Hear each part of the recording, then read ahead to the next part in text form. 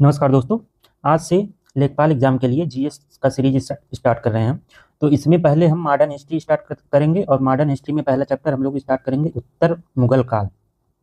तो फालतू इधर उधर की बात ना करते हुए सीधे चैप्टर पे आते हैं और काम की बात करते हैं। तो उत्तर मुगल काल में उत्तर मुगल काल पहले हम लोग क्या देखेंगे, क्रोनोलॉजी देखेंगे कि कौन से राजा के बाद कौन से राजा आए। तो पहले सबसे पहले राजा है बहादुर शाह प्रथम। बहादुर शाह प्रथम जैसे ही औरंगजेब की मृत्यु होती है 1707 में, उसके बाद पहले राजा बनते हैं बहादुर शाह प्रथम। ये सब कमजोर राजा थे। इनके बाद क्या हुआ, मुगल काल समाप्त हो गया। तो बहादुर शाह प्रथम पहले राजा थे। इसके बाद कौन आए, जहांदार शाह आए। फिर आए फर्रुख सियर, उसके बाद मोहम्मद शाह, इन्हीं को रंगीला कहते हैं। सबसे इंपॉर्टेंट इसमें ये है मोहम्मद शाह, जिनको रंगीला कहते हैं क्योंकि इनके समय में दो तीन चीजें हुई।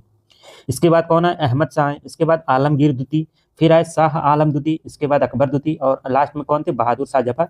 इनका टाइम पीरियड है 1837 से लेकर 1857 तक। 1857 के युद्ध के समय कौन मुगल बादशाह था, बहादुर शाह जफर ही मुगल बादशाह थे। कब, 1857 का जब युद्ध चल रहा था। इसके बाद क्या हुआ, इन्हें बंदी बनाकर रंगून भेज दिया गया और वहीं पर इनकी मृत्यु हो गई। तो पहले कौन थे, बहादुर शाह प्रथम। अब इसमें सबसे इंपॉर्टेंट है जो आपके लेखपाल एग्जाम में आ सकता है कि इनका उपनाम क्या है। सबसे इंपॉर्टेंट पहला क्वेश्चन यही है कि इन राजाओं का उपनाम पूछा जाता है। तो इनका देखिए काम क्या है, बहादुर शाह प्रथम इनका काम क्या है, ये गलत लिखा है, इन्होंने नहीं समाप्त किया था, इन्होंने समाप्त किया था। तो बहादुर शाह इनका पहले देख लेंगे टाइम पीरियड कब से कब तक है, क्योंकि ये पहले उत्तर मुगल काल के राजा हैं। जो इंपॉर्टेंट है वही टाइम पीरियड हम लिखे हैं, सब नहीं लिखे हैं। पहला लिखे हैं बहादुर शाह प्रथम का टाइम पीरियड। तो इनका टाइम पीरियड 1707 से लेकर 1712 तक।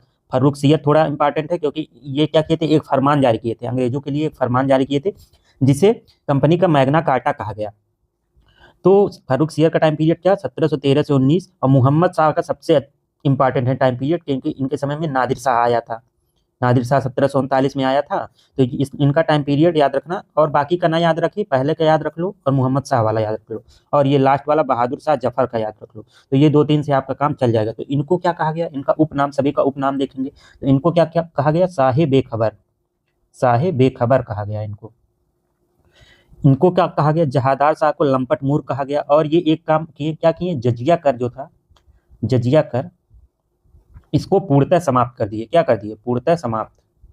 कौन किया, जहादार शाह ने जजिया कर पूर्णतः समाप्त कर दिया। इसके बाद फर्रुख सियर का एक काम है जो याद किया जाता है।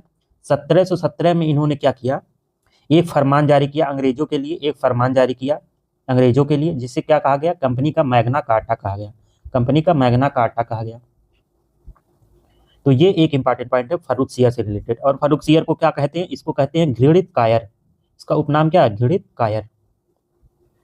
इसके बाद हम लोग आएंगे मोहम्मद शाह। मोहम्मद शाह को हम लोग कहते हैं रंगीला, इधर लिख दे रहे हैं, मोहम्मद शाह को हम लोग क्या कहते हैं, रंगीला। ऐसे आप लोग भी शॉर्ट नोट्स बना लीजिएगा। मोहम्मद, बहुत ज्यादा डिटेल में लिखने की जरूरत नहीं है, जो मेन मेन पॉइंट है वही बस लिखेंगे। मोहम्मद शाह का क्या नाम है, रंगीला। इन्हीं के समय, इन्हीं के समय जैसे यहाँ के बाद ये सैयद, यहाँ पे क्या था, सैयद बंधुओं का बोलबाला था। यहाँ से यहाँ तक लेके सैयद बंधुओं ने राजाएं बनाए। सैयद बंधु, एक सैयद बंधु आते हैं उत्तर मुगल काल में, ये राजा बनाने का काम करते थे। तो सैयद बंधुओं ने इनको राजा बनाया, फर्रुख सियर को राजा बनाया। अब फर्रुख सियर के बाद दो छोटे छोटे राजा आते हैं, रफी उद्दौला, रफी उद्दरजात। तो इनको ये इंपॉर्टेंट नहीं है क्योंकि इनकी टाइम पीरियड एक साल में ही दोनों राजा बने और दोनों को मरवा दिया गया। इसके बाद बनते हैं राजा आपके मोहम्मद शाह। मोहम्मद शाह जिनको हम लोग क्या कहते हैं, रंगीला। इनका उपनाम क्या है, रंगीला। इनका उपनाम साहिब खबर, इनका उपनाम घृणित कायर, इनका नाम रंगीला। अब इन्होंने क्या किया, ये जो राजा बनाने वाले सैयद बंधु थे, सैयद बंधु, इनका नाम क्या था, नाम भी याद रखना जरूरी है क्योंकि यूपी पीसीएस में पूछा गया है कि सैयद बंधुओं का नाम, इनसे रिलेटेड एक क्वेश्चन है। तो इनका नाम था, पहले का नाम था हुसैन अली। पहले का क्या नाम था, हुसैन अली खां। हुसैन अली खां, सैयद बंधुओं में हुसैन अली खां नाम था। और दूसरे का नाम था अब्दुल्ला खां। दूसरे का क्या नाम था, अब्दुल्ला खां। तो ये सैयद बंधुओं का नाम था, हुसैन अली खां और अब्दुल्ला खां।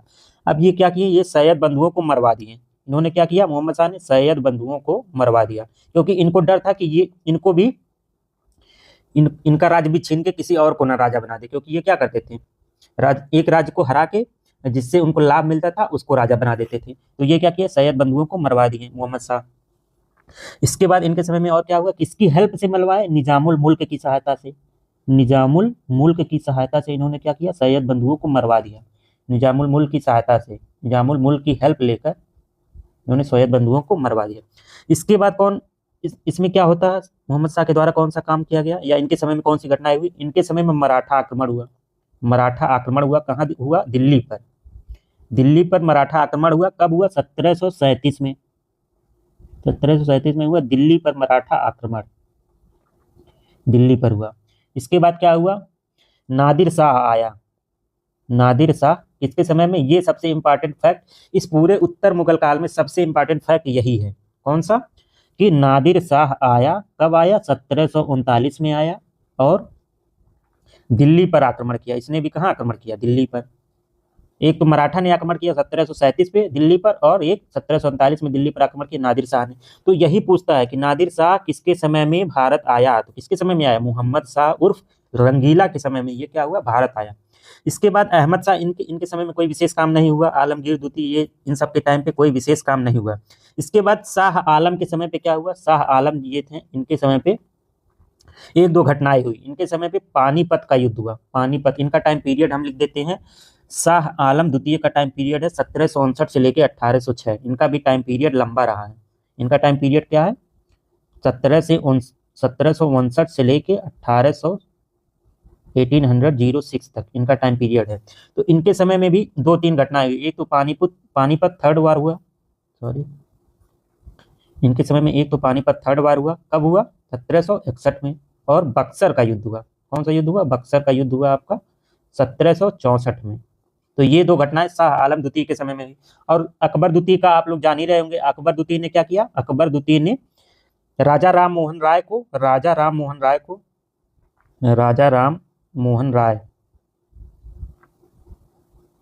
इनको क्या किया? राजा की उपाधि दी। राजा की उपाधि कौन दिया था इनको? अकबर द्वितीय। अब बहादुर शाह जफर का आप लोग जान ही रहे। इनके समय में क्या हुआ? 1857 की क्रांति आपकी हुई बहादुर शाह जफर के टाइम पे। तो ये था आपका पूरा उत्तर मुगल काल। उत्तर मुगल काल में बस इतना ही पढ़ना, इससे ज्यादा नहीं पढ़ना। और नादिर शाह के बारे में थोड़ा सा और जान लेते हैं। नादिर शाह, इसने क्या किया? मयूर सिंहासन, जिसको हम लोग तख्ते हाउस कहते हैं, मयूर सिंहासन या तख्ते हाउस, तख्ते हाउस, ये किसके द्वारा बनवाया गया था? ये आपका शाहजहां द्वारा बनवाया गया था। किसके द्वारा बनवाया गया था? शाहजहां द्वारा। शाहजहां द्वारा बनवाया गया था। इसको लेके चला गया और क्या ले गया? और आपका जो था तख्ते हाउस लेकर गया, और क्या था आपका? कोहिनूर हीरा। तख्ते हाउस और कोहिनूर हीरा लेके चला गया। ये नादिर शाह लूट के लेकर चला गया। ये दो चीजें लेकर गया था ये नादिर शाह। ये आपका हो गया उत्तर मुगल काल समाप्त। इससे ज्यादा उत्तर मुगल काल में नहीं पढ़ना है। और इनके समय में एक काम और हुआ था। ये जो शाह आलम द्वितीय थे, शाह आलम द्वितीय, इनके समय में और क्या हुआ था? 1765 में आपका इलाहाबाद संधि हुई थी। इलाहाबाद की संधि किसके समय में हुई?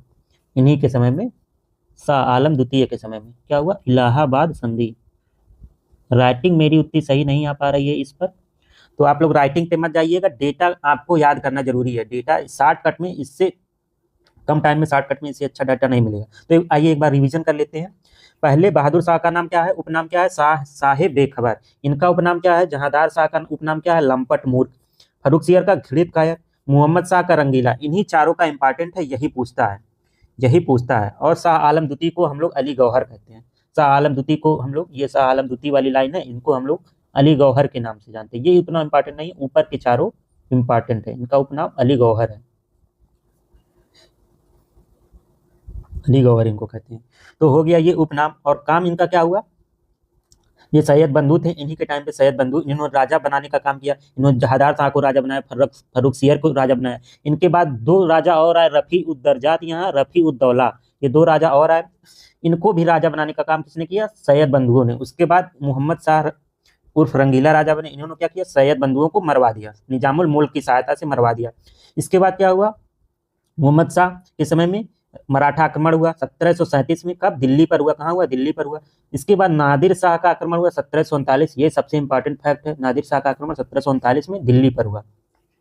और नादिर शाह ने क्या किया? नादिर शाह ने यहाँ से तख्ते हाउस जो शाहजहां द्वारा बनवाया गया था, जिसे मयूर सिंहासन भी कहते हैं, और कोहिनूर हीरा, इसे लेकर भाग गया, यह अपने देश चला गया। इसके बाद ये दोनों राजाओं के टाइम पे कोई विशेष काम नहीं हुआ। शाह आलम द्वितीय के समय पानीपत का तीसरा युद्ध हुआ, बक्सर का युद्ध हुआ, और 1765 में इलाहाबाद की संधि हुई। इनका नाम अली गौहर, इनका उपनाम अली गौहर है। अकबर द्वितीय के समय बस वही एक राजा राम मोहन राय को राजा की उपाधि दिया। और बहादुर शाह जफर ये अंतिम मुगल राजा थे। 1757 की क्रांति इनके समय में हुई, और इनको क्या किया? रंगून भेज दिया गया। इसके बाद बंदी बना के इनको रंगून भेज दिया गया और वहीं पे इनकी मृत्यु हो गई। तो इसी और इनके समय पे क्या हुआ, ये जो बहादुर शाह जफर थे, इनके समय पे एक ये जो गालिब आप लोगों ने सुना होगा, मिर्जा गालिब, मिर्जा गालिब, तो ये इन्हीं के समय पे थे। किसके समय पे? बहादुर शाह जफर के समय पे ये मिर्जा गालिब थे। बहादुर शाह जफर के राज में उस समय मिर्जा गालिब थे। तो इसी में आपका पूरा उत्तर मुगल काल समाप्त हो गया। अब इसके बाद हम लोग नेक्स्ट चैप्टर करेंगे। इसके बाद नेक्स्ट चैप्टर हम लोग करेंगे आपका यूरोपियों का आगमन। यूरोपियों का आगमन। तो ऐसे धीरे धीरे हम लोग डेली एक दो चैप्टर करके पूरा मॉडर्न हिस्ट्री 2 से 3-4 दिन में खत्म कर देंगे पूरा, क्योंकि इसमें फैक्ट याद करना बहुत जरूरी है। जो भी आपका लेखपाल का एग्जाम है, इसमें फैक्चुअल चीजें याद करना बहुत जरूरी है। चीजें फैक्चुअल ही आएंगी, बहुत ज्यादा डीप अंदर घुस के नहीं पूछेगा। बस आपको डाटा सब पता रहना चाहिए, आपको डाटा सब पता रहना चाहिए। तो यूरोपियों के आगमन में आइए पहले हम लोग देख लेते हैं कि कौन से देश से पहले लोग आए हैं। तो पहले आने का क्रम देखते हैं। पहले यहाँ 60 में लिख लेते हैं आने का क्रम। आने का क्रम, कौन सी कंपनी पहले आई? तो पहले पुर्तगाली लोग आए। पहले कौन आए? कौन से देश से लोग आए? पहले पुर्तगाली आए। इसके बाद कौन आए? इसके बाद डच आए। फिर कौन आए? अंग्रेज आए। अंग्रेज आए, जो इंपॉर्टेंट है वही लिखेंगे, सब कुछ नहीं लिखेंगे। इसके बाद डेनिस आए। फिर कौन आए? फ्रांसीसी। इसके बाद फ्रांसीसी आए। तो यही पांचों मेन इंपॉर्टेंट है। तो कब कब आए ये भी इंपॉर्टेंट है। ये 1498 में। डच वाले आए 1605 में। अंग्रेज कब आए? 1608 में। कंपनी कब बनी थी? 1600 में बनी थी, लेकिन आए कब? 1608 में। डेनिस कब आए? 1620 में। और फ्रांसीसी आए आपके 1668, 1668 में। एक चीज और पूछता है फ्रांसीसियों में कि ये फ्रांसीसी कंपनी किस राजा के समय बनी? तो इस समय वहां के राजा थे लुई 14, लुई 14वें। लुई 14वें यहाँ के क्या थे? राजा थे। लुई 14वें के समय फ्रांसीसी ईस्ट इंडिया कंपनी का निर्माण हुआ। और निर्माण कब हुआ? 1664 ईस्वी में। 1664 ईस्वी में फ्रांसीसी ईस्ट इंडिया कंपनी का निर्माण हुआ। ये लोग अगर आप लोग नहीं जानते होंगे तो नोट कर लेंगे, क्योंकि हर चीज मैं यहाँ लिखूंगा नहीं। मुझे 60 में जल्दी में खत्म करना है, इसलिए हर चीज लिखूंगा नहीं। आप लोग कुछ चीजें नोट भी कर सकते हैं जो मैं मुंह से बोल रहा हूँ। तो लुई 14वें के समय में 1664 में फ्रांसीसी ईस्ट इंडिया कंपनी का गठन हुआ। किसके नेतृत्व में? काल्बर्ट के नेतृत्व में फ्रांसीसी ईस्ट इंडिया कंपनी का गठन हुआ। 1664 में क्या हुआ? कंपनी बनी काल्बर्ट के नेतृत्व में। और ये भारत आया। भारत में कब फैक्ट्री स्थापित की? अभी ये लोग हम इसके बाद देखेंगे। अब इसके बाद हम देखेंगे प्रथम फैक्ट्री कौन से कंपनी की, प्रथम फैक्ट्री कहाँ बनी। तो प्रथम फैक्ट्री देख लेंगे। सॉरी,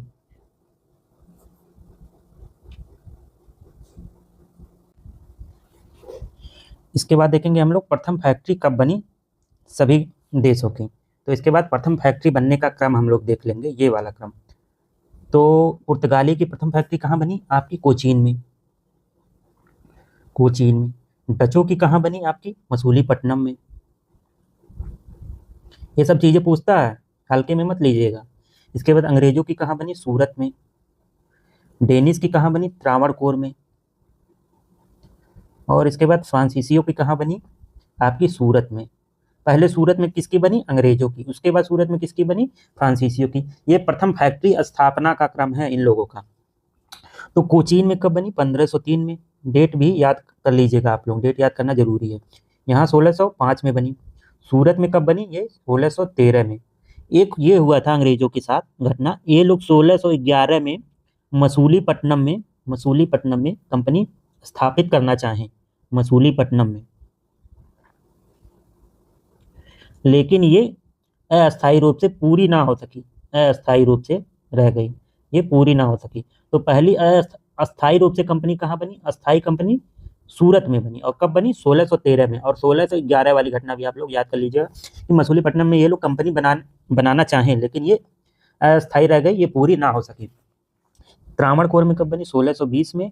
और ये यहाँ कब बनी? सूरत में, फ्रांसीसियों द्वारा 1668 में। 1664 में यहाँ कंपनी बनी, कहाँ बनी? फ्रांस में। इसके बाद किसके नेतृत्व में? काल्बर्ट के नेतृत्व में।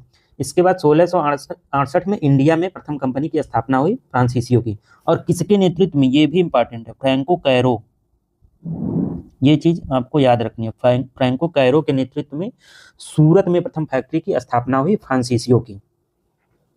इसके बाद और इसमें कुछ इंपॉर्टेंट पॉइंट देख लेंगे हम लोग। ये तो आपका हो गया, पहले हो गया आने का क्रम, पहली लाइन में क्या है, कंपनी के आने का क्रम, और नीचे इसका डेट दिया गया है। इसके बाद हुआ प्रथम फैक्ट्री स्थापना का क्रम, प्रथम फैक्ट्री स्थापना का क्रम। तो ये दोनों चीजें आपके लिए काफी इंपॉर्टेंट है। इसके बाद हम लोग आ जाते हैं कि अब पहले पुर्तगालियों के बारे में थोड़ा सा जान लेंगे, पुर्तगालियों के बारे में। तो पुर्तगालियों में पहला कौन सा पुर्तगाली था जो आया भारत, तो पहले पुर्तगालियों में वास्को डिगामा, भारत की खोज भी आपका कौन किया, Vasco da Gama. Vasco da Gama Bharat कब आया, 1498 में। वास्को डिगामा कितनी बार भारत आया, 3 बार आया, 3 बार भारत आया। कब कब आया, 1498 में, 1502 में और 1524 में। यहीं पर इसकी मृत्यु हो गई, यहीं पर इसकी कोचीन में मृत्यु हो गई। जब लास्ट बार आया 1624 में, यहीं पे इसके बाद कोचीन में इसकी मृत्यु हो गई वास्को डिगामा की। कितनी बार भारत आया, 3 बार भारत आया। इस प्रथम व्यक्ति ये था भारत आने वाला। इसके बाद दूसरा पुर्तगाली कौन था भारत आने वाला, तो दूसरा पुर्तगाली था आपका Pedro Alvares, Pedro Alvares Cabral, Cabral. तो ये आपका था सेकंड व्यक्ति जो भारत आया, सेकंड पुर्तगाली था जो भारत आया। लेकिन इससे ये उतना इंपॉर्टेंट चीजें नहीं है, ये आप लोग याद कर लीजिएगा। वास्को डिगामा कब आया, 1498 में। इसके बाद आगे की चीजें इंपॉर्टेंट है। प्रथम वायसराय, अब वायसराय कौन कौन बना, वायसराय यहाँ पे कौन कौन बना, तो प्रथम वायसराय आपके बने अल्मीड़ा, प्रथम वायसराय कौन थे, अल्मीड़ा थे। इसके बाद था अल्बुकर्क था, इसके बाद थे नीनो डी कुन्हा। हम 60 में लिख रहे हैं, एकदम सब कुछ डिटेल में नहीं लिख रहे हैं, क्योंकि आप लोगों को फैक्ट याद करना है कम टाइम में, तो सब कुछ डिटेल में नहीं। तो पहले थे अल्मीड़ा, उसके बाद कौन था, अल्बुकर्क, उसके बाद थे नीनो डी कुन्हा। ये 3 लोग वायसराय बने, प्रथम वायसराय अल्मीड़ा, सेकंड अल्बुकर्क, तीसरा नीनो डी कुन्हा। एक पूछता है वास्तविक संस्थापक, वास्तविक वायसराय कौन था, तो इसको कहते हैं वास्तविक,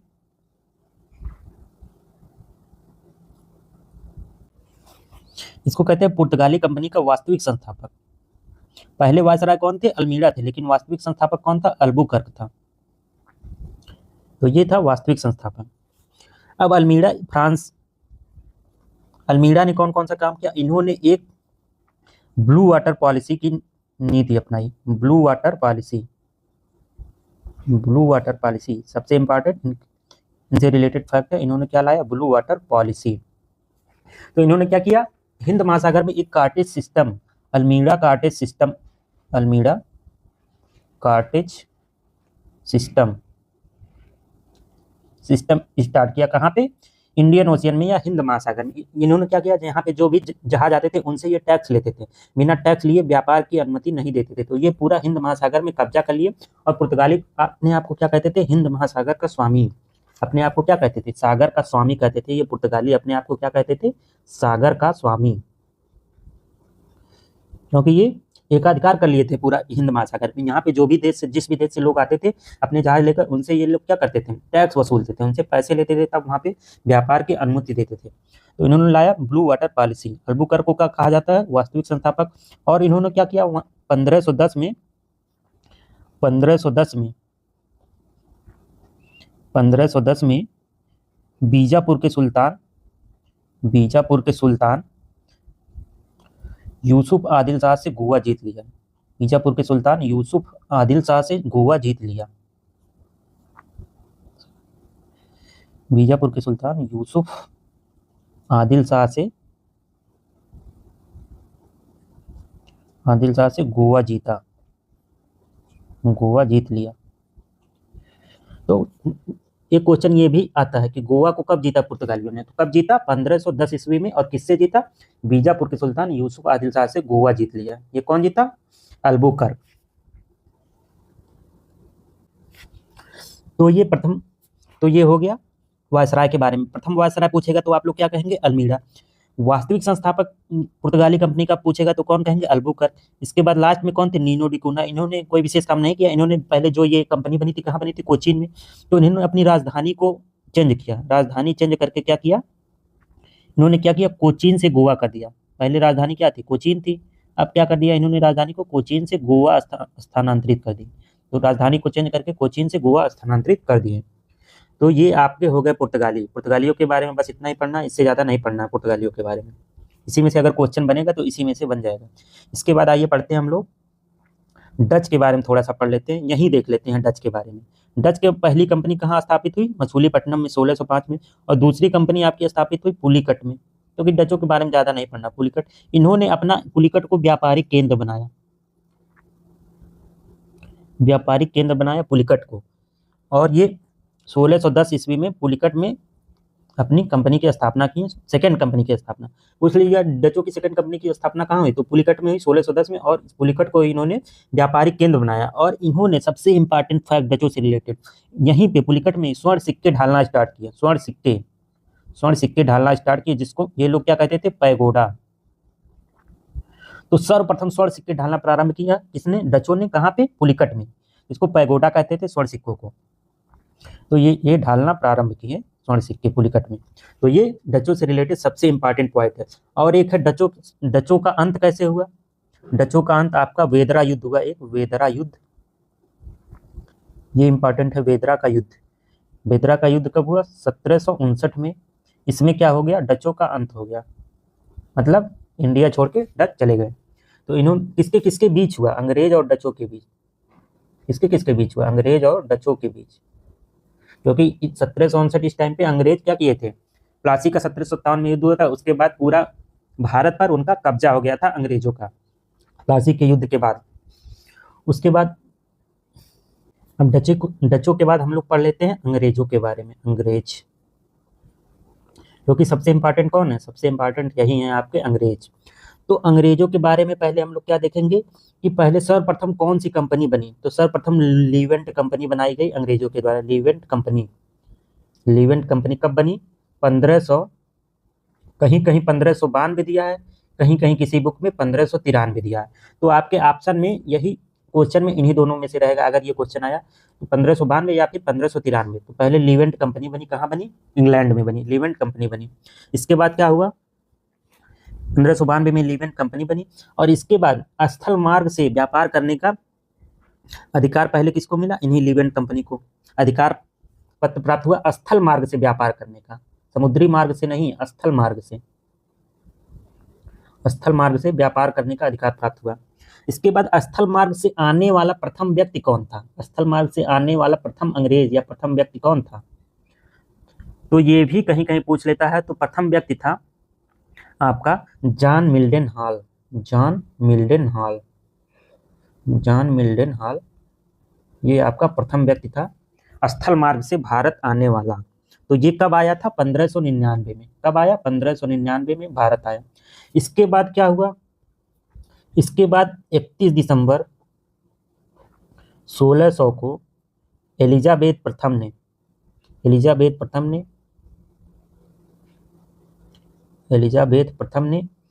क्या किया? अधिकार पत्र प्रदान किया।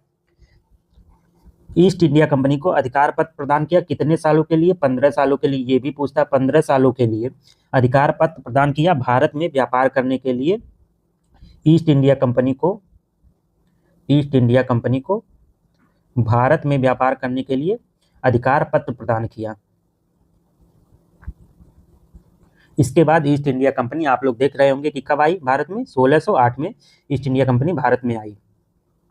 तो इन्होंने अधिकार पत्र प्रदान किया। 31 दिसंबर 16 को डेट भी पूछता है किसने? एलिजाबेथ प्रथम ने। 15 साल के लिए ये भी पूछता है कि कितने साल के लिए ये परमिट दिया था? कितने साल के लिए? 15 साल के लिए। तो ये सब चीज़ें पूछी जाती हैं आपके फैक्चुअल चीज़ों में। बाद में क्या हुआ था? स्टार्टिंग में 15 साल के लिए ये दी थी। बाद में जेम्स प्रथम का जब शासन आया, जेम्स प्रथम के शासन में कौन कौन लोग भारत आए थे? 2 लोग भारत आए थे, बहुत इंपॉर्टेंट है। 1508 में और 1515 में 2 लोग आए थे। एक कैप्टन हॉकिंस था, एक सर थॉमस रो था। कैप्टन हॉकिंस 1608 में आया था, सॉरी 1500 नहीं 1608 में, और सर थॉमस रो 1615 में आया था। जेम्स पद क्या किया? 1609 में इस अधिकार पत्र को अनिश्चित काल के लिए प्रदान कर दिया। अनिश्चित काल बढ़ा दिया इसका डेट। इन्होंने 15 साल के लिए दिया था कि मतलब आप जाइए इंडिया में और 15 साल वहाँ व्यापार करिए। और किसका व्यापार करने आए थे स्टार्टिंग में अंग्रेज? मसालों का व्यापार करने आए थे। मसालों का व्यापार करने आए थे। एक चीज और पूछता है पुर्तगालियों से रिलेटेड कि इनका आने का उद्देश्य क्या था, भारत में आने का उद्देश्य। तो इनके दो प्रमुख उद्देश्य थे, दो प्रमुख उद्देश्य थे। एक तो पहला था ईसाई धर्म का प्रचार करना, ईसाई धर्म का प्रचार करना, और यहाँ से क्या करना? व्यापार करना। ईसाई धर्म का प्रचार करना और व्यापार करना, ये दो मुख्य काम थे पुर्तगालियों के भारत आने के उद्देश्य। इनके दो उद्देश्य थे। तो अंग्रेजों की बात चल रही थी, तो जेम्स प्रथम ने क्या किया? ये जो अधिकार पत्र प्रदान की थी एलिजाबेथ प्रथम 15 साल के लिए स्टार्टिंग में, इन्होंने क्या किया? 1609 में इसको अनिश्चित काल के लिए बढ़ा दिया कि आप लोग अनिश्चित काल के लिए व्यापार करिए। एक फैक्ट और पूछता है कि इंडिया आने वाला प्रथम जहाज कौन सा था? प्रथम जहाज अंग्रेजों के द्वारा इंडिया आने वाला प्रथम जहाज का नाम क्या था? Red dragon. रेड ड्रैगन नामक जहाज से पहली बार अंग्रेज भारत आए थे। उसके बाद पूछता है कि किसके शासनकाल में आए अंग्रेजी कंपनी? किसके शासनकाल में? किसके शासनकाल में भारत आई? किसके शासनकाल में? तो आई थी तो अकबर के शासनकाल में। अकबर के शासनकाल में आई थी। लेकिन क्या हुआ? उसके बाद अकबर की मृत्यु हो गई। इसके बाद लेकिन पहुंचे ये सर्वप्रथम कहाँ पहुंचे? किसके दरबार में पहुंचे? जहांगीर के दरबार में पहुंचे। जहांगीर के दरबार में सर्वप्रथम पहुंचे।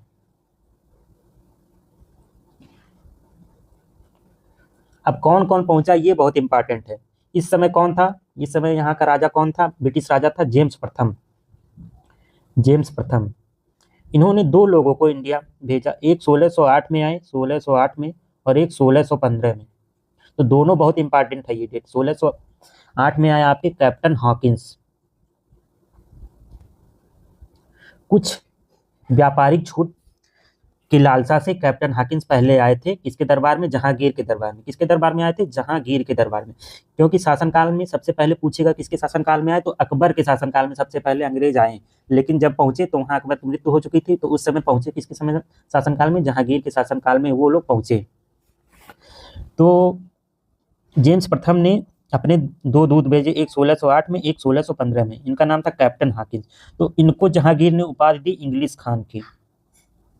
इनको कौन सी उपाधि दी? इंग्लिश खान। इंग्लिश खान की उपाधि दी किसने? जहांगीर ने। तो ये पूछता है कि जहांगीर ने किसको इंग्लिश खान की उपाधि दी? किसको दी? कैप्टन हॉकिंस को। इसके बाद 1615 में कौन है? Sir Thomas Roe. Sir Thomas Roe आपके 1615 में आए। अब इसके बाद कौन कौन सी घटनाएं हुई? और ये जब इंग्लिश खान आए थे 1608 में, कैप्टन हॉकिंस आए थे 1608 में जहांगीर के दरबार में। तो इन्होंने सूरत में फैक्ट्री फैक्ट्री स्थापित करने की अनुमति प्राप्त की। सूरत में फैक्ट्री स्थापित करने की अनुमति प्राप्त की। और कब बनी फैक्ट्री? 1613 में। 1608 में पहुंचे थे किसके दरबार में? जहांगीर के दरबार में। किसके दरबार में कैप्टन हॉकिंस पहुंचे? जहांगीर के दरबार में। और सूरत में फैक्ट्री स्थापित करने की अनुमति मिली इनको। किसको?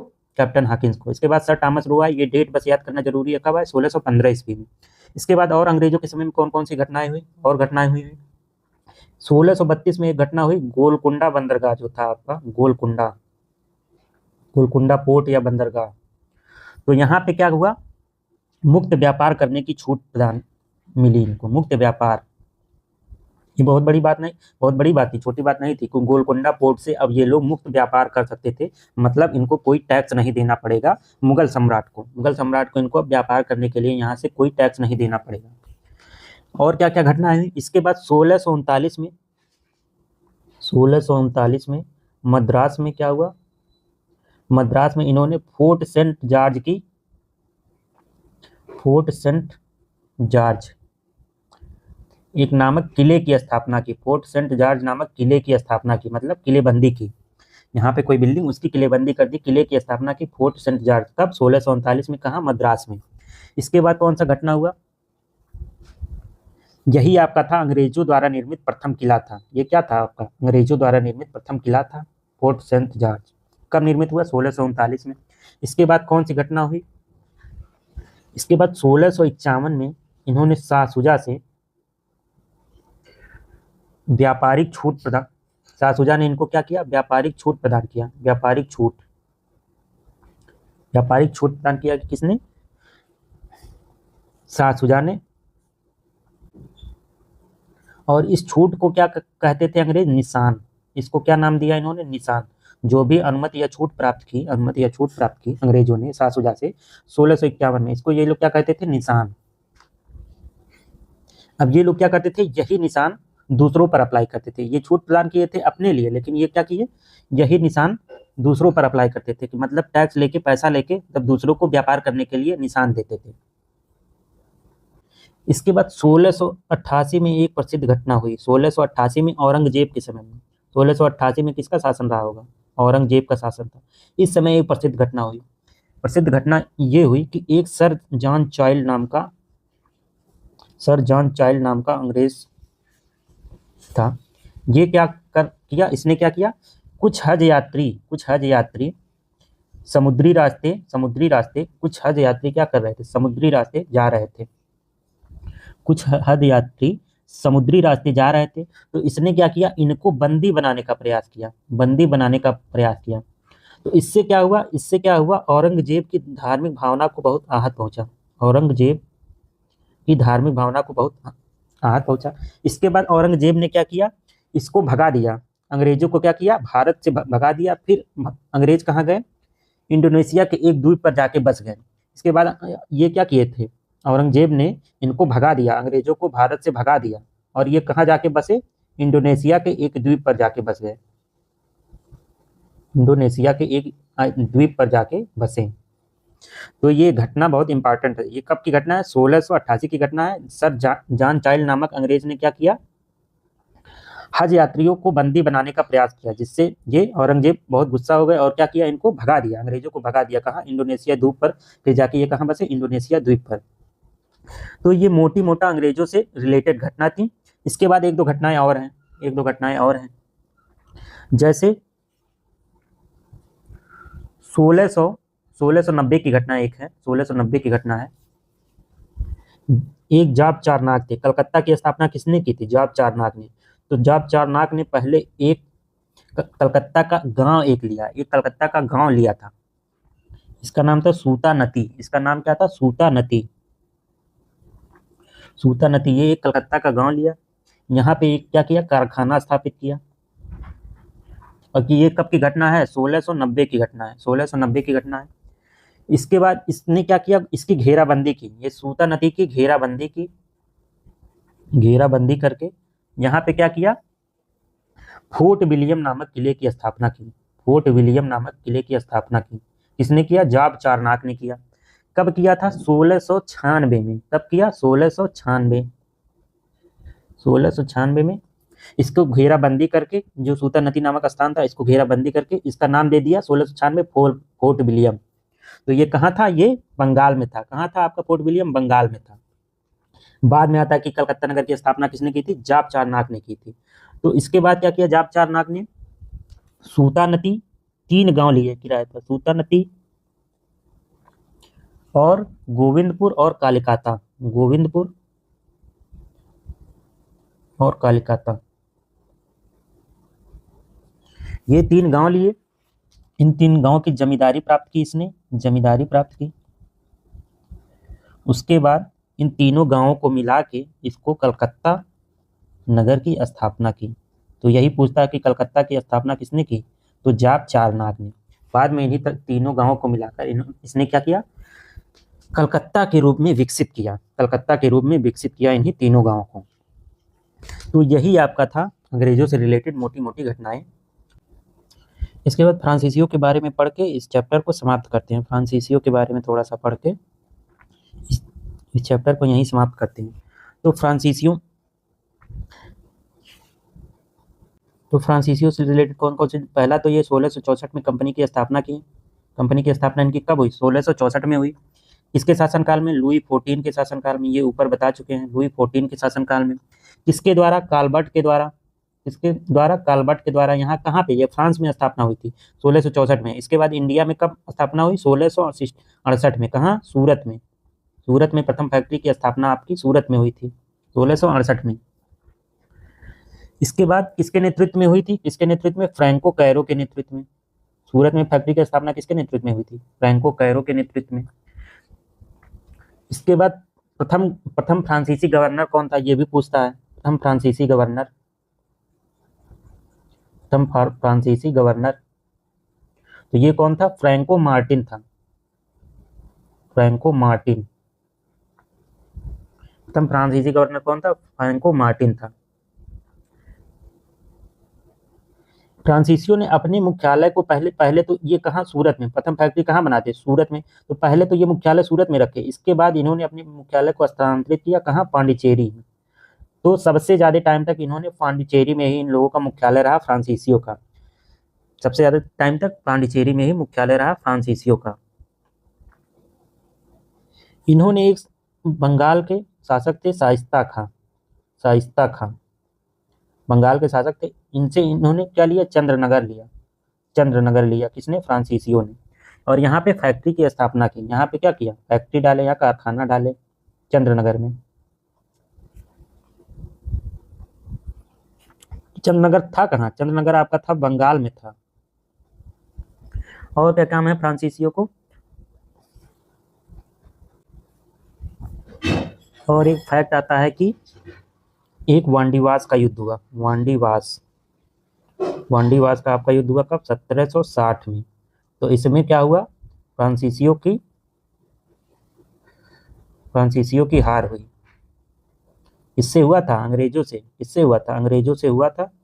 इसमें फ्रांसीसियों की हार हो गई और इनकी सत्ता लगभग समाप्त हो गई। इनकी सत्ता लगभग क्या हो गई? समाप्त हो गई। फ्रांसीसियों की सत्ता लगभग खत्म हो गई ये वांडीवास के युद्ध में। तो डेट याद रखना इसका बहुत जरूरी है। कब हुआ? 1760 में। एक ऊपर आप लोगों ने पढ़ा वेदरा का युद्ध कब हुआ? 1759 में। तो इन ये दोनों युद्ध बहुत इंपॉर्टेंट है। इस अंग्रेजों ये मतलब यूरोपीय कंपनियों के आगमन के क्रम में दोनों युद्ध बहुत इंपॉर्टेंट है। और एक एक और युद्ध हुआ था, एक कर्नाटक का युद्ध हुआ था, कर्नाटक युद्ध। तो जल्दी से 60 में पढ़ लेते हैं कर्नाटक युद्ध के बारे में। कर्नाटक युद्ध, तो ये किसके किसके बीच हुआ? अंग्रेज और फ्रांसीसियों के बीच में हुआ था। फ्रांसीसियों के बीच में कर्नाटक युद्ध हुआ। तो अंग्रेज और फ्रांसीसियों के बीच हुआ आपका कर्नाटक युद्ध। तो जल्दी से इसको खत्म कर लेते हैं। इसमें 3 युद्ध हुए थे। कितने युद्ध हुए थे? 3 युद्ध। तो पहला युद्ध, दूसरा युद्ध और तीसरा युद्ध। तो कब कब हुआ? पहला युद्ध हुआ आपका 1746 से 48। 1746 से 48। ये डेट याद रखना जरूरी है क्योंकि इसी में मिक्स करता है। ये वाला टॉपिक जो युद्ध वाला टॉपिक होता है ये बहुत कंफ्यूजिंग होता है। जैसे इसमें हो गया आंग्ल मैसूर युद्ध, मराठा युद्ध, आंग्ल मराठा युद्ध, ये कर्नाटक युद्ध, इन सबको मिक्स करके एक मैचिंग वाला क्वेश्चन पूछ लेता है। तो ये सब डेट सब आसपास डेट है। आंग्ल मैसूर वाला, मराठा वाला, ये कर्नाटक युद्ध, आंग्ल अफगान युद्ध, तो आस ही पास डेट है, इससे बहुत कंफ्यूजन होती है। तो सेकंड युद्ध कब हुआ था? 1749 से लेके 54 तक। और थर्ड युद्ध कब हुआ था? 1756 से लेके 63 तक। तो इसको हम लोग सप्तवर्षीय युद्ध भी बोलते हैं। सप्तवर्षीय, सप्तवर्षीय युद्ध, क्योंकि ये लगभग 7 साल तक होता है। 7 साल, 56 से 63 तक कितने साल हो गए? 7 साल हो गए। तो ये किनके बीच हुआ? अंग्रेज और फ्रांसीसियों के बीच में हुआ। अब इसमें संधि इंपॉर्टेंट है कि किस युद्ध में कौन सी संधि हुई। तो इसकी एक ट्रिक है, के पा पे। तो ए से पहले में कौन सी संधि हुई? एक्सला-सापेल, एक्सला-सापेल की संधि कब होगी? जब ये इसका लास्ट डेट होगा 1748 में। 1748 में आपकी एक्सला-सापेल। दूसरा पा है, पा से क्या होगा? पा से आपका होगा पांडिचेरी। पांडिचेरी ये कब होगा? इसके लास्ट डेट में 1754 में। कभी कभी ये संधि भी पूछ लेता है कि किस सन में हुआ था। कब हुआ? ये 1754 या 1755 भी दे देता है। 1755 में भी दे देता है। इसके बाद ये वाला पेरिस की संधि। पे से क्या हो गया? पे से आपका पेरिस, ए पा पे, 2-3 बार आप लोग बोलेंगे तो याद हो जाएगा। पेरिस की संधि, तो ये कब हुआ? जब ये इसका लास्ट ईयर रहेगा 1763 में। तो कर्नाटक युद्ध अंग्रेज और फ्रांसीसियों के बीच हुआ। पहला 1746 से 48, दूसरा 49 से 54 और तीसरा कब हुआ? 56 से 63। अब ये पूछता है क्यों हुआ? तो पहला ऑस्ट्रिया के उत्तराधिकार, कारण, इसमें क्या लिख लेंगे? कारण, मतलब क्यों हुआ। तो ऑस्ट्रिया उत्तराधिकार के लिए, उत्तराधिकार अगर कहीं आएगा तो यही आएगा, उत्तराधिकार के लिए। ये आपका प्रथम कर्नाटक युद्ध हुआ अंग्रेज और फ्रांसीसियों के मध्य। ये कर्नाटक उत्तराधिकार का युद्ध था। कर्नाटक उत्तराधिकार का युद्ध मतलब दोनों में, अंग्रेजों में और फ्रांसीसियों में। अंग्रेज कहते थे हम यहाँ राज करेंगे और फ्रांसीसी कहते थे मेरा अधिकार रहेगा। इसमें क्या हुई, लास्ट में फ्रांस की हार हो, फ्रांस की पराजय। इसमें लास्ट में क्या हुआ था, फ्रांस का पराजय हो गया। और ये पहला अनिर्णायक युद्ध था। पहला क्या था, अनिर्णायक, मतलब इसका कोई निर्णय नहीं हुआ कौन जीता कौन हारा। तो पहला युद्ध अनिर्णायक था। तो यही आपको डेट याद रखना, पहले कब हुआ, कब कब हुआ, और ये कौन कौन सी संधि हुई। तो इसका ट्रिक क्या है, ए पा पे। ट्रिक क्या है, ए पा पे। तो ये आपका चैप्टर पूरा खत्म हो गया, यूरोपियों का आगमन। ये जितने फैक्ट इसमें बता दिए जाए, थोड़े से और एक दो इंपॉर्टेंट फैक्ट है वो भी देख लेते हैं हम लोग। एक दो इंपॉर्टेंट फैक्ट और है इस चैप्टर में। पहला तो ये आपका हम लोग देख लेते हैं कि मद्रास, एक आता है मद्रास। प्रथम नगर आपका पूछता तो कौन है, मद्रास। प्रथम नगर कौन था, मद्रास। तो इसकी स्थापना पूछता है कौन किया, मद्रास की स्थापना। तो इनका नाम था फ्रांसिस डे। ये भी इसी से रिलेटेड है, इसी चैप्टर से रिलेटेड ये भी है फैक्ट। तो फ्रांसिस किसने स्थापना किया मद्रास का, फ्रांसिस डे नामक व्यक्ति। कलकत्ता का बता ही दिए, जाट चारनाथ ने किया। अब एक फ्रैंको मार्टिन कौन था, प्रथम प्रथम कौन था, प्रथम फ्रांसीसी गवर्नर। प्रथम फ्रांसीसी गवर्नर कौन था, फ्रैंको मार्टिन। एक गैराल्ड आंगियार का नाम आता है, गैराल्ड आंगियार, गैराल्ड आंगियार। इन्होंने क्या किया, इन्होंने मुंबई की स्थापना की थी। मुंबई की स्थापना पूछ लिया कौन किया था, तो गैराल्ड आंगियार। ये एक दो फैक्ट थे जो। और एक था, नाम आता है चार्ल्स आयर का, चार्ल्स आयर।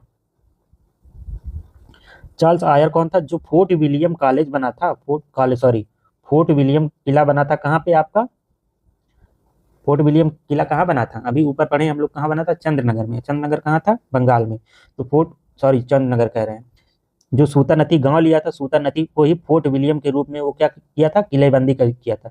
तो यहाँ का प्रथम शासक कौन था, प्रथम शासक या प्रशासक, ये प्रथम शासक यहाँ कौन था, चार्ल्स आयर नाम का व्यक्ति था। और लुटियंस आप लोग जानते होंगे, लुटियंस वह हर्बर्ट बेकर ने नई दिल्ली की स्थापना, जो सीपी है कर्नाट प्लेस, उसका डिजाइन किसने किया था, लुटियंस और हर्बर्ट बेकर ने। तो ये आपका हो गया पूरा यूरोपियों का आगमन समाप्त, और ये उत्तर मुगल काल। तो ऐसे ही हम लोग डेली एक दो चैप्टर करके पूरा मॉडर्न हिस्ट्री समाप्त करेंगे। इसमें मैक्सिमम फैक्ट हैं जो आपके एग्जाम में पूछे जाते हैं, बस वही फैक्ट हैं, उससे ना कुछ कम है ना कुछ ज़्यादा है। तो थैंक यू, आज का लेक्चर यहीं पे समाप्त करते हैं। आप लोग चैनल को सब्सक्राइब करिए।